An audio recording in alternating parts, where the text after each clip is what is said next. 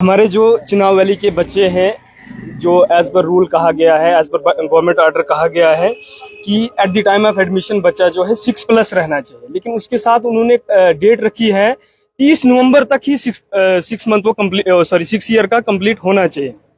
6 साल का बच्चा 30 नवंबर को आपका होना चाहिए। लेकिन हम ये जो चिनाब बैलेट है या चिनाब रीजन है या विंटर जोन जिसको हम कहेंगे, जम्मू डिवीजन का विंटर जोन जिसको हम कहेंगे, इस जोन में जब हमारे बच्चों की एडमिशन हुई थी, जब यहाँ के लोगों के बच्चों की एडमिशन हुई थी, उस टाइम हमारा सेशन जो था मार्च था।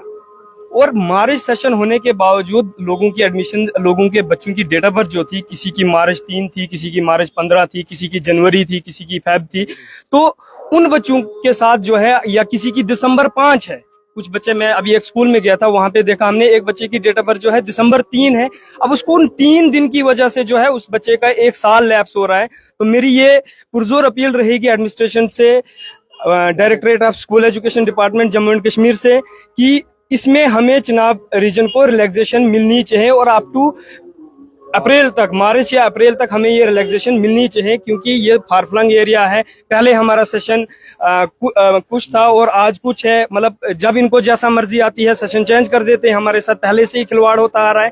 तो हम चाहते हैं कि हमारे भविष्य का, हमारे फ्यूचर्स का, जो हमारा मुस्तकबिल है, उनके साथ खेला ना जाए।